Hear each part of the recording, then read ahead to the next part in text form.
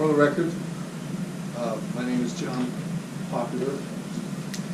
Received an appointment by the Board of Public Relations Commission to serve as the special magistrate and an impasse between the Florida PBA and the city of Water Springs.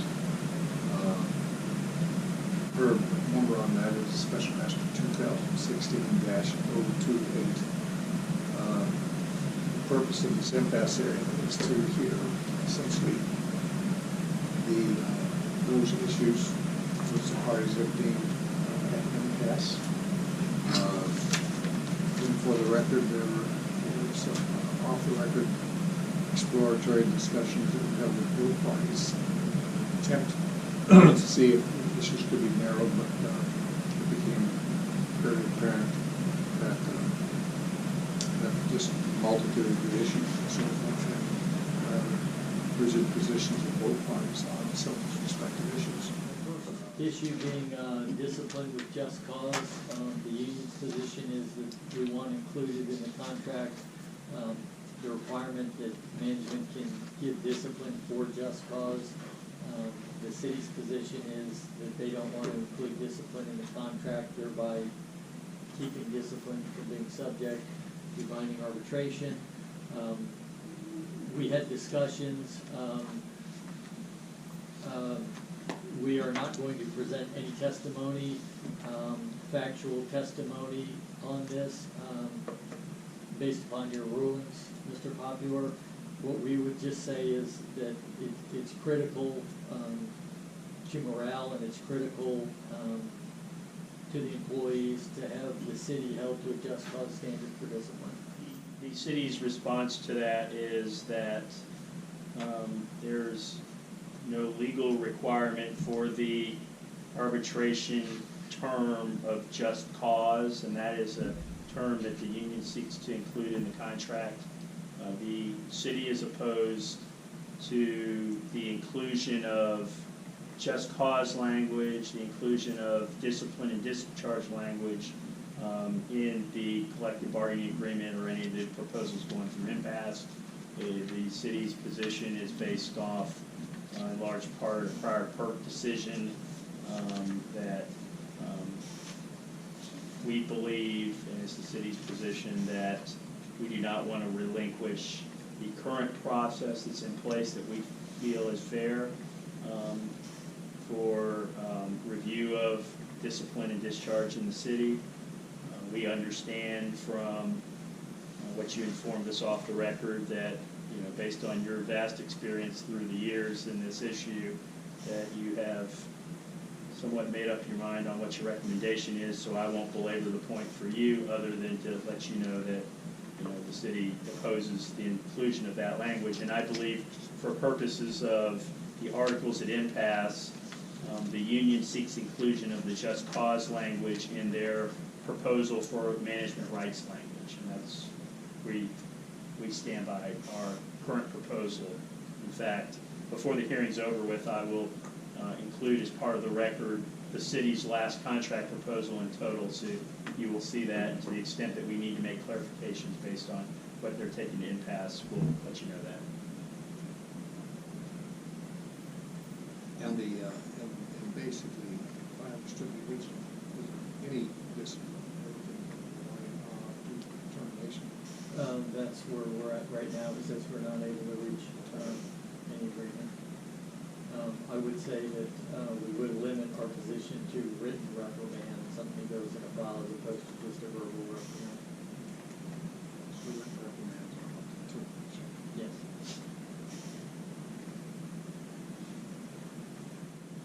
Wages. As it sits now, the last request from the union was for a 7% wage increase across the board. The city's proposal was for a merit-based pay raise, essentially with an amount to be determined by the city, if I'm not mistaken, based upon their past practice. Is that correct, Ben? It's the city's proposal that we, for wage increases to take effect in accordance with the status quo that existed last year, the same process that was utilized last year, which is, I could go into more detail on that, but basically. What was the across-the-board amount that was given to each department? So to state it the best that I can, I believe my contract language refers to status quo language, but that was utilized last year. But basically, what we're proposing is that there will be 2% of the police department's payroll devoted to the police department for pay increases. I believe you guys correct me if I'm wrong, but I believe the police chief is excluded from that calculation because he falls within the city manager and other department heads. The 2% monies that are devoted to the police department for pay increases would be in accordance with a prior memorandum that was issued, and I have copies of that here somewhere, and I will introduce those as part of the record, that delineates, depending on what the overall rating is on the performance evaluation, will determine how much of a pay increase that the individuals will receive, under the concept of those individuals, whether they be in the bargaining unit or not, who scored the highest ratings of 10, would share in the pool of money that's remaining from the 2% allocated to the police department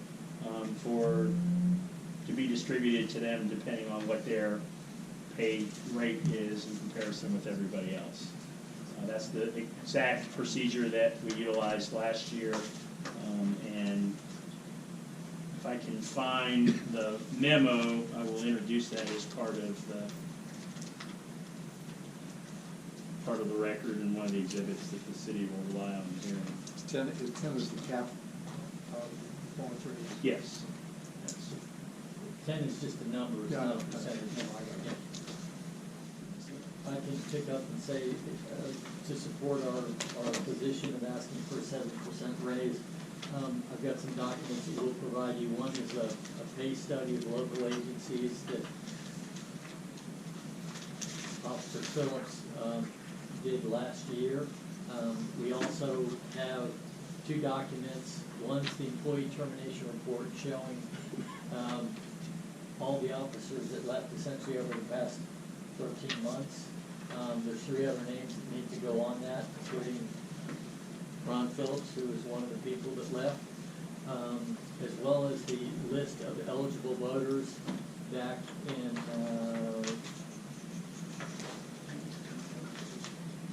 in February of 2016, showing that the bargaining unit size was 47 people. Oh, okay, that's. Yeah, so basically by showing the number of people that have left versus the number of people that are in the bargaining unit, showing that it's an over 50% turnover rate.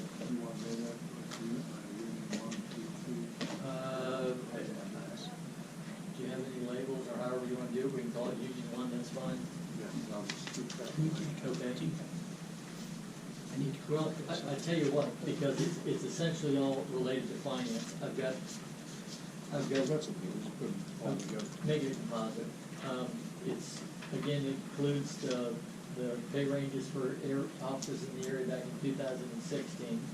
It includes the termination report and the list of eligible voters for the union election, showing with these 2 documents you can show an over 50% turnover rate. Additionally, it's got 3 economic forecasts showing one of the city's issues, concerns. In their first proposal was a 0% offer based upon their belief that there was going to be a economic downturn in 2017, which our forecasts show aren't there and so forth. Thank goodness haven't happened. And then finally, a more recent listing of wages provided by public records requests from other local agencies, email communications back from individuals from several cities, including Altamont Springs, Castleberry, and other nearby cities. So I will give you that.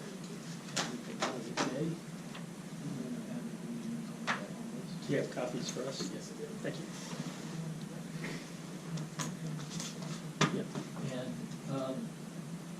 if I could, I'd like to take some brief testimony from Mr. Ron Phillips. All right. Would you like me to swear in? I will. Raise your hand. I swear to tell the truth, the whole truth, nothing but the truth, so help me God. I did. Your name? Ron Phillips.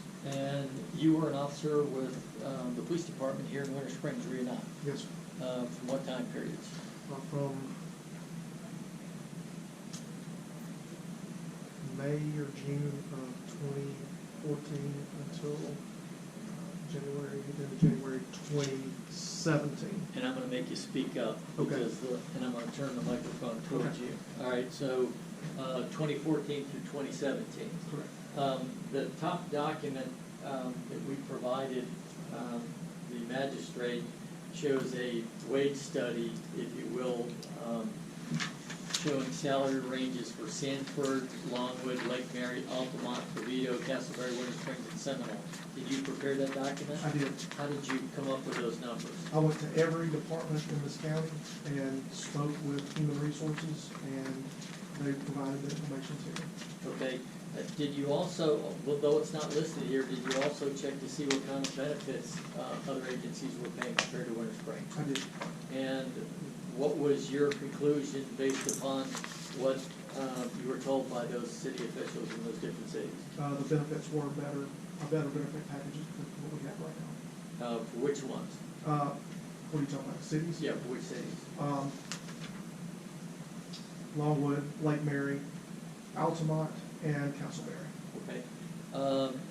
You actually went to work for another competing agency. That's correct. Did you go because why did you leave? That was a, Let's just, Financial leaving was it just one. on economic terms, Yes. without addressing personnel at all. Was there financial reasons why you left the department? yes, sir. Okay, where you're at now, is your pay better? Yes, sir. Even though you're a new hire there? Yes, sir. How much more are you making as a new hire versus a 3-year officer here? I'm making more than $2 an hour more. All right, are your benefits better? Yes, they are. A little better, a lot better, what? Pretty good bit better. The insurance is better, retirement is better, and they actually offer more to employees benefit-wise. You've seen that many of the city's proposals are to take away, for example,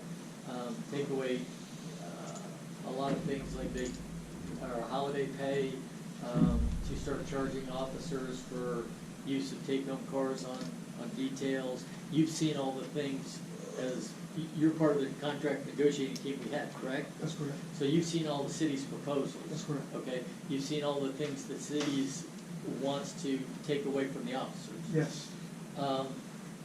At Winter Springs where you work, do you enjoy all those benefits there? I mean, at Castleberry where you work now? Right now I'm on FTO. However, when I am off FTO, I will enjoy the take-home car and things such as that. Okay, are there any benefits that the city of Winter Springs offers that Castleberry doesn't? No.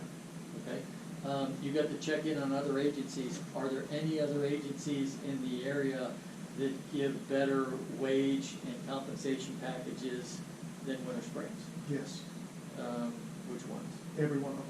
Okay. You've talked to other officers that have recently left Winter Springs and gone to other agencies in the nearby area, correct? Correct. Give me some names.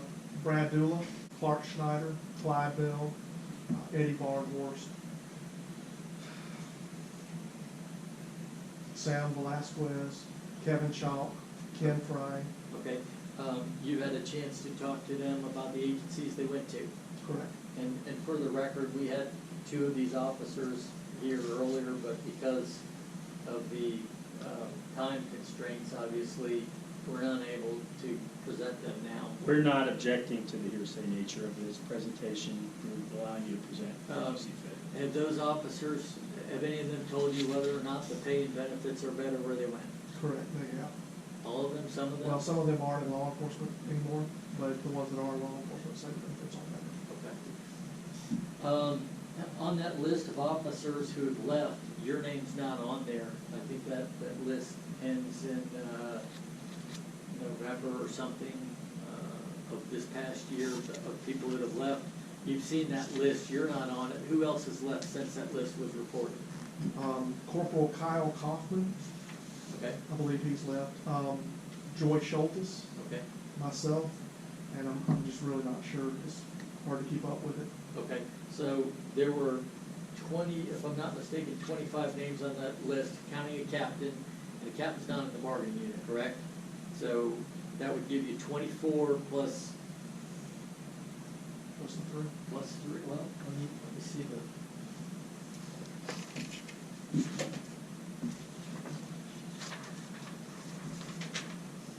One, 2, 3, 4, 5, 6, 7, 8, 9, 10, 11, 12, 13, 14, 15, 16, 17, 18, 19, 20, 21, 22, 23.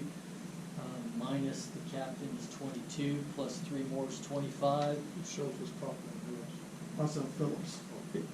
I don't mean to jump in, but one of the Wilkins kids is gone too, aren't they? Yeah, Kyle Wilkins. He's not on this list, so I'm just filling in based on All right, so, looking at this. so we basically have 26 people who have left between December 11th, 2015 and today. And the bargaining, in the city, maybe the city can tell me right now, the bargaining unit, how many current employees? I don't know that, but I could Well, have. let me then ask, we provided the magistrate a list showing that at the time of the election, it was 47. Is it about that now? Has it gone up or possibly down? I don't know. I actually have this list with my own notes of the people that are gone, so actually I could have, if I had brought that, told you, well, who's Well, on what this I'm list. trying to get at is, with, assuming a 47 unit member, 26 people, that's over 50% turnover rate since December 11th, 2015. Would the city agree with that? Well, well, here's what I would say is, I mean, that's close, but I don't think all these positions, if you're trying to get at, I don't think all these positions are currently filled because we've got 2 people right now in the police academy and we're Right. holding 2 positions for them. Okay. If that's what you're, Now, 50% is a, is it a fair estimate? it's somewhere in that range, Okay. give or take 5%. I mean, a good number of turnover. We acknowledge there's a good number of turnover. Anything else you think is relevant to that issue, Ron? No, sir. Okay. John, do you have anything that you'd like to say on that issue? On the wages? Yep. Can I question him? Do I have the right to question him first? All right, just so we're clear here, I don't think there's a dispute on this. The employee termination report, not all these folks were terminated, right? That's what they call it when you end your employment, just termination. You're just trying to establish there's turnover. Most of the people on this list have voluntarily left employment with Winter Springs. I mean, there's no dispute on that, right? No, absolutely All not. right.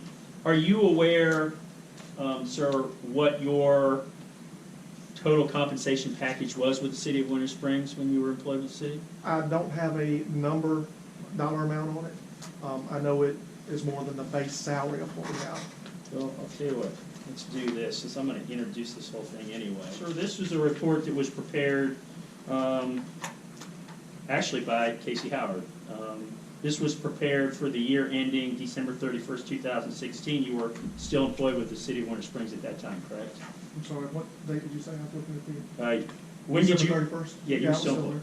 yeah. And so this shows what your total compensation package was with the city. Do you have any reason to disagree with this paperwork? And please take the time to look at it.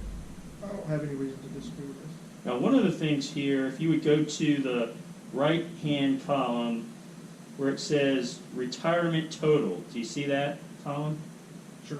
And then below it has pension and it says city contribution $15,321. Mhm. See that? Yes, sir. So that's what the city of Winter Springs contributed last year on your behalf to your pension benefits with Winter Springs. Are you aware of that? Yes, sir. Can I make a comment about that? You're welcome to make a comment about that. the point that they made on my part of the pension, I will never see. They will take part in that because I didn't get vested, so I won't get what the city put in for it. You left voluntarily, so Correct. you're not gonna realize the pension benefit that you would otherwise realize if you stayed like, you know, your fellow colleague over here who's been with the city a long time. I'm not denying that, but when you say they put in 15,000 for me, I won't see that.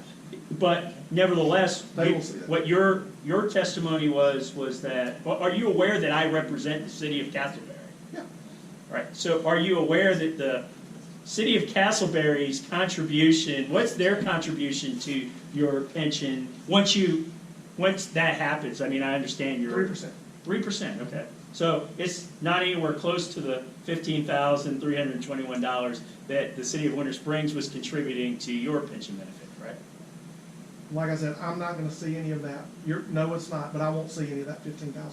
However, the officers for Winter Springs that obtain a pension benefit because they become vested in their pension rights, the city of Winter Springs, would you agree, is contributing substantially more to their pension benefit than the city of Castleberry is contributing to officers in like situations?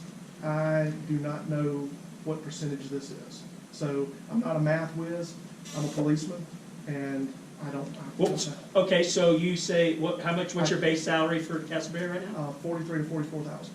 Okay, so you're telling me that once you become, I guess you clear your FTO phase, then the city of Castleberry start contributing at 3%? They're already doing it now. Okay, they're already doing it. So at a rate of 3% of your base pay, which is $40,000 and change. Correct. So that's nowhere close to what Winter Springs was contributing to you. Would you agree with that? Approximately $1,800, just doing this by the top of my head. Let me back up. Sure. I believe 3% is what I participate. I don't understand all this right here because I'm not a math whiz. You're right in what you're saying. You know, I have no. It's actually their cost. Right. As opposed to what you're saying, not your benefit, but their cost of doing this is what it costs the city. It's actually any money at all. They didn't The spend people that stay here get to use that money, not me. In your case, you never have any vested pension rights with the city of Winter Springs because you voluntarily resigned from employment, correct? That is correct. But you're aware that others in the bargaining unit, including your colleague over here, actually will have vested pension rights He does, with the city of yes. Winter Springs. I do And in his case, I don't know how many years of service you have, approximately 18, something like that? 17 years. So an officer with 17 years' experience in the city of Castleberry, the city of Castleberry won't contribute anything to the level of the city of Winter Springs pension contributions to your colleagues' benefit. Actually, I would like to look at some of this because that's a pretty high number. And I look at someone who's been here about 10 years and they've only got 5,000 more, so there might be some. Was there a catch-up provision for the city? You got 20,000. Pension contribution? Go ahead. This is for the year, that's not how much is in the pension, this is how much was contributed from Oh. January 1st. Okay, well, I don't know that. Yeah. I'm You're learning this. testifying as an expert to the pensions between the comparisons between the two. He's not testifying as an expert. So- Not at all. Okay. So that these numbers are based, they're directly from payroll Okay. on payments that were made to employees or, contributions that were made for them from January 1st through December 31st, Is 2016. that number higher because there was some form of catch-up? No, the number, between the two of them, the number's higher because John's base salary is higher than Ron's. The number is 33.5% is how much we contribute for the pension. So, I think what he's asking, John's I'm entire sorry, base. because we weren't playing catch up with our pension, correct? I don't believe so. I don't know what you're talking about. The reason I asked the questions was because you testified that you contacted all these other agencies, and you got personal knowledge at Castleberry, and everybody has better benefits than the city of Winter Springs. So that's the only reason I'm asking you this question. I'm assuming that you realized that this was a benefit that the city paid for on your behalf while you were working here. Did you know that? I did. Okay, good. Well, I'm gonna take, I mean, in theory, the city didn't pay anything. When you have a 50% turnover rate in a year, if you're losing all your officers within 2 years, then the city can put all they want down as what they would be contributing towards pensions. But if they have such a high turnover, you're not paying anything because none of those guys are vesting and take that money with them. Well, that, it is true to the extent that you have some officers, such as Officer Phillips, who left within a short time period, but there's a lot of people on that list that there, I mean, we could go through them if you want. They would have the foundation to know basically how long those folks were employed, but there's a lot of people on that have vested pension benefits, and so they are realizing what the city contribution is. How many years does it take to vest on the city plan? So it's a 7-year vesting, but anyone that was grandfathered in, what, 2011? Right. That was partially vested as of 2011 would freeze at that until they hit the 7 years. Okay. That's all the questions I had for you. I just wanted to ask you about what your. Well, I want to introduce this. Casey's going to print out the memo that the chief issued, I believe, from September of 2015 that will give you a formula for, depending on what the performance evaluation rating is, determines what percentage pay increase the individuals get. But what we would contend is that, notwithstanding the union presentation that the city has the, I think what their words, the worst pay and the worst benefits of anybody in the area, we don't believe it's true. In fact, we don't believe that anybody else in the area contributes to the pensions to the level that the city of Winter Springs does. We don't, if there's one or two isolated instances out there of anyone approaching 33% contributions to the pension fund, I'm not aware of it, but I would submit to you that is a benefit that whether the officers choose to resign before they get the full benefit or not is somewhat irrelevant. What is relevant is that's certainly a city cost and an expense the city pays to the benefit of everybody in the bargaining unit.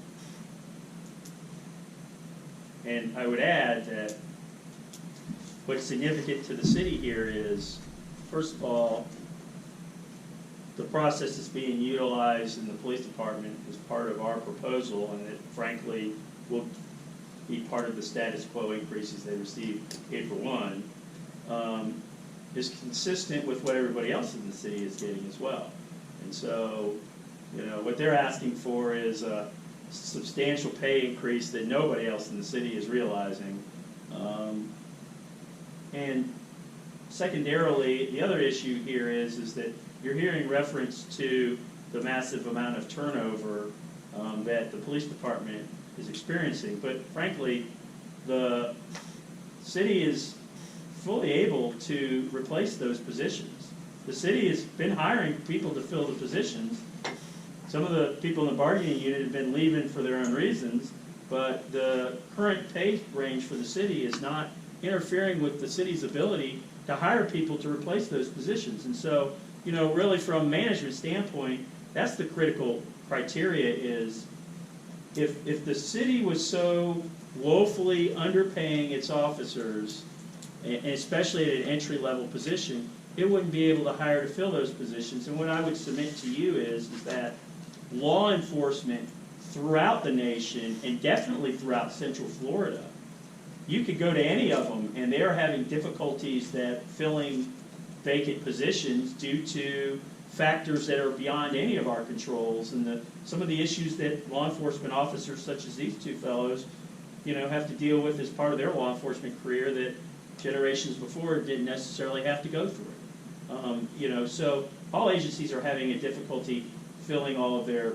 vacant positions, and frankly, if the city of Winter Springs was so woefully underpaying its officers, especially at entry-level position, and all these other agencies are looking for anyone that's qualified to fill them, the city of Winter Springs would not be able to hire anybody to fill these positions, and that is certainly not the case. So, you know, it's our position that, you know, the proposal that we're offering is fair.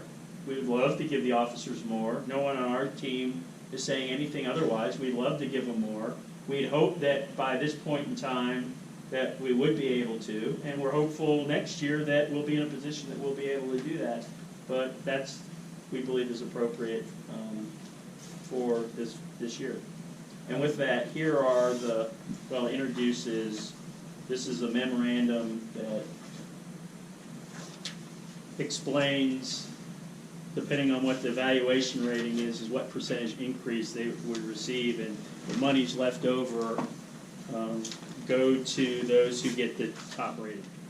I will not name names, but the city fairly recently hired an individual that had been a deputy in Orange County. He resigned under internal affairs investigation 10 days after he was put on an IA investigation. The allegations were that this individual 24 times had essentially stolen from the city or the county. And the way that he did that was that he would be working an off-duty detail, getting paid for it, and then he was also putting in, saying, I was working for the city, essentially double dipping. While he was working off-duty detail, he was also billing the county for his regular employment time. That kind of action, if true, involves dishonesty that can cost somebody their certification, but routinely you don't see agencies hiring people who resign under internal affairs investigations who are accused of essentially stealing. And that's what the city has come to. And if anybody wants it, I can show the video, I can provide them the evidence, it was all over the news. Do you have a response? Because I don't No, even know what he's talking about. just to give you a mischaracterization of the two people that were currently training. They're currently employees of the city of Winter Spring. One more actually worked with John over there. They're in IT positions, one of them is, and his, God bless him, his lifelong passion is to become a police officer. City manager has decided that he's a great employee currently, and if that's his wishes, we decided to sponsor him, so. And we're not actually, with that employee, we're not actually completely sponsoring him. He is eligible for the same employee educational incentive as every other employee. So we will reimburse him up to $1,500 per fiscal year, which is what we give to every employee who wants to, you know, further their education. So both of those people that we're speaking about that we're sponsoring, and it is happening in other, I think the county's doing it, we've talked to other cities that are doing it. In our case, we have two people that are currently here that just aspire to be better. And we're assisting them in that fashion. It has nothing to do with we can't recruit. It has nothing to do with we can't hire folks. It's basically career development within the city of Winter Springs. We like to keep our folks here. We like to keep them in their line of, you know, they're both fairly young people actually, and we're just trying to assist them. We do that in other fields for accountants. We do that for IT people. We do it when we can. Next one, off-duty detail costs. We're definitely still at impasse on that issue. The city currently charges bargaining members $2.50 per hour to administer the cost of performing off-duty details. The city wants to raise that fee to $5. The union is opposed to that and thinks it's unnecessary, and it's just one more place where the city is trying to lower the overall compensation that these officers receive. Is the city still looking for $19.50 per hour to use police vehicles off-duty, for off-duty details? That was removed Okay. in the past. That was several months ago. That was Is removed. there anybody from the city who's run numbers to show what it costs per hour to administer off-duty details for officers? No, what we can say and what we have run is we've run the numbers as far as what the city expense incurred to provide city vehicles for the officers' use during off-duty details. And so that is $19.11 per hour. And so I would say in response to the union's position on this, the city's position is sort of in conjunction with one of the other proposals.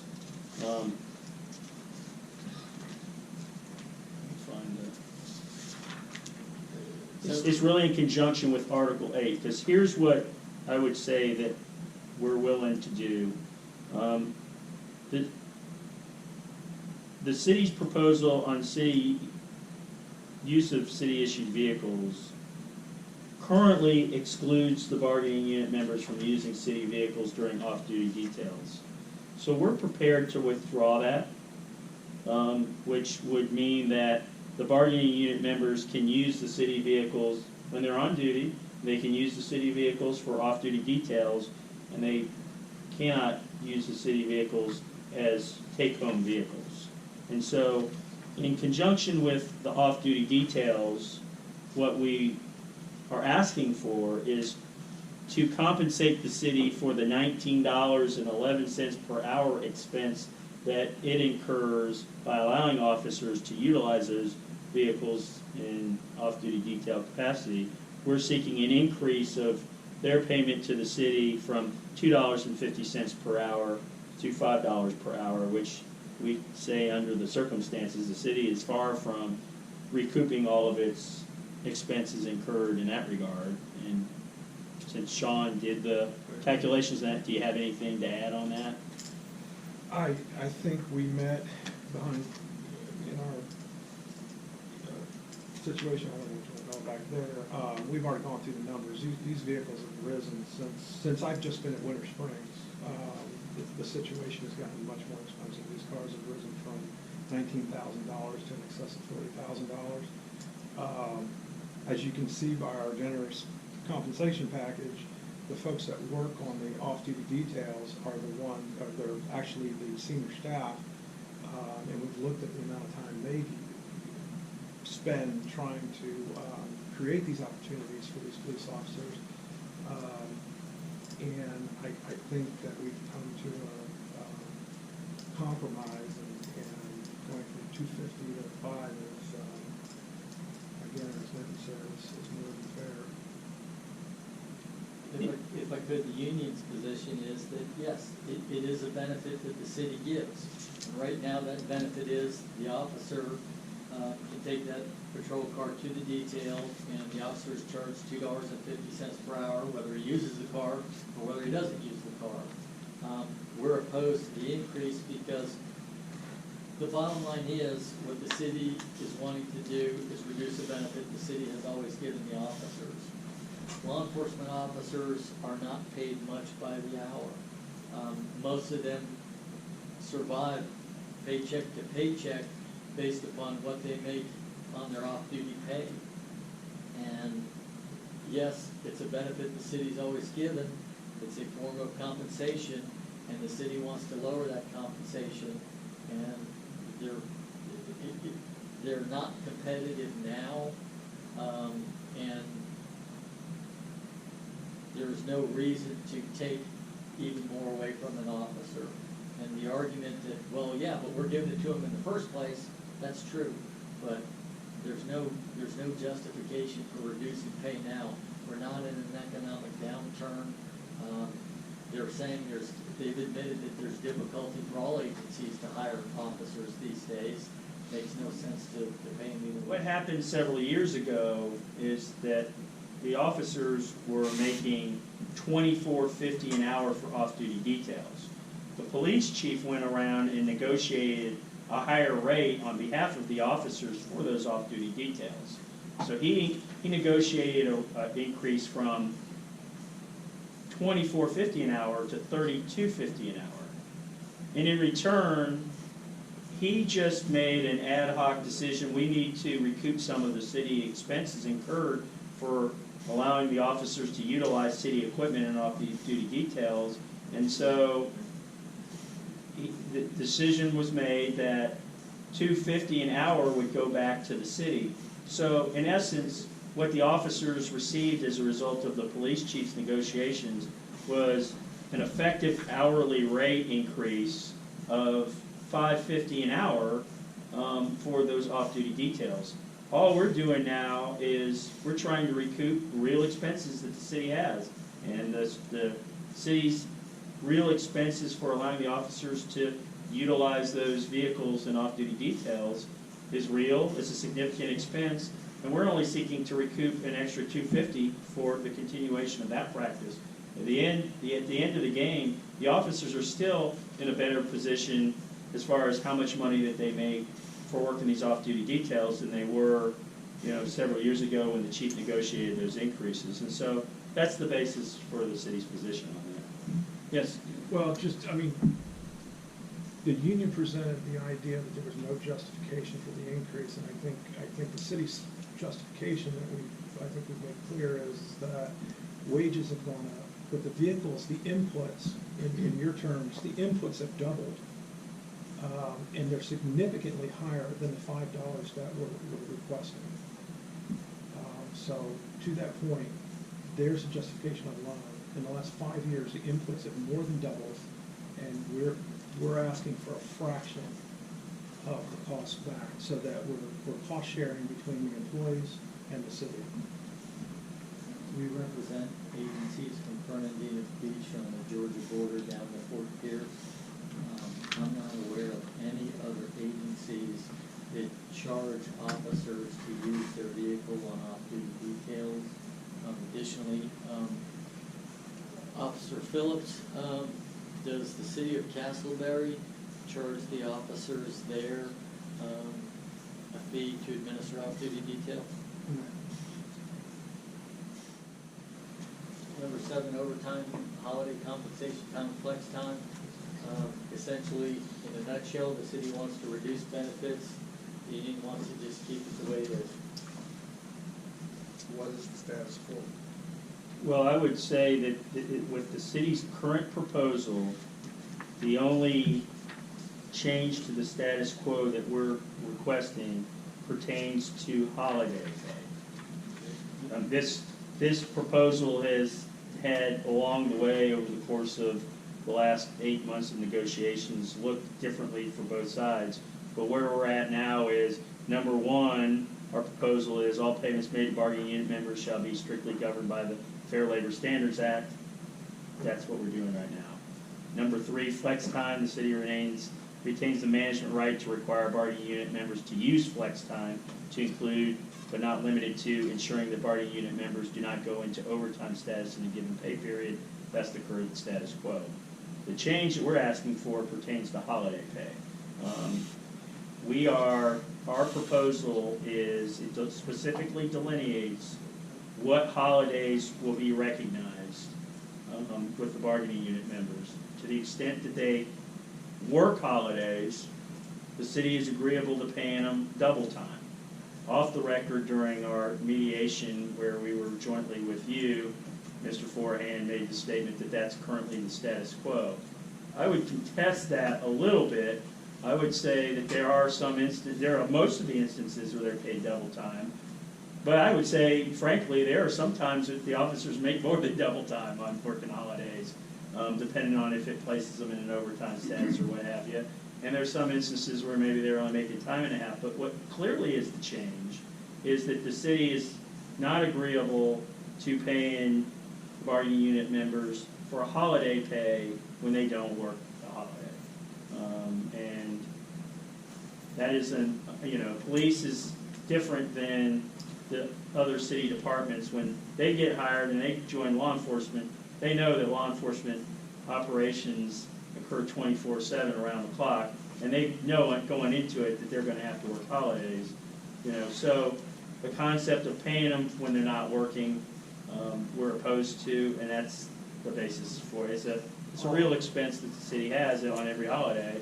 Officers also go into it knowing that the industry standard is the holidays they don't work, that they get it. So, I mean, to talk about what officers expect going into a job, that's one of the things that are expected. So it is an industry standard. Additionally, the city pays all of their other employees who are on holiday pay. The only group they now want to exclude from that is the police officers who unionize. quick question. You have comps on holiday pay. So you have included some comps on holiday statistics of the cities.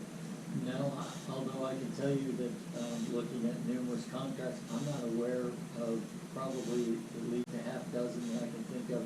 I'm not aware of any entity that doesn't pay people at least their straight pay when they're off on a holiday. In other words, they get holiday pay if they don't work, and most places pay double or double time and a half if they do work the holiday.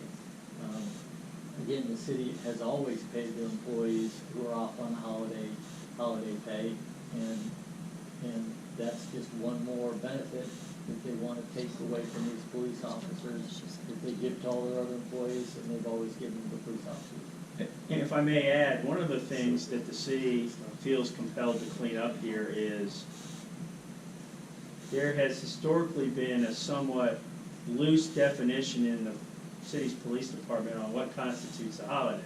Some years Christmas is a holiday, some years the day before Christmas is the holiday. This contract language cleans that up. This contract says, here are the days that we're recognizing as the holidays. These are the days that all the other city employees recognize as the holiday, but that doesn't necessarily apply in the police department from year to year, depending upon what day the holiday falls on. So this gives us contractual clarification for purposes of moving forward to help prevent a potential unnecessary expense the city is incurring, in that there are some years where the city police officers, We're not, the only issue is the guys who aren't capped out yet, who are current employees, what time frame would be appropriate to give them to complete what they're doing. Now, most of these classes, they're a 40-hour class, it's a 1-week thing, and I don't know how far, but again, one of the big issues, Benton, is so much of the training is not being allowed. These guys they can't get loose to go to training. yeah. Well, we So- only have like probably about half a dozen people that are actually capped out right now. So I don't think that There will be a everyone big else rush that's that's there. gonna run. Well, I don't think that everyone else that's there is in the middle of trying to get it and everything. So I mean, we'd have to put some kind of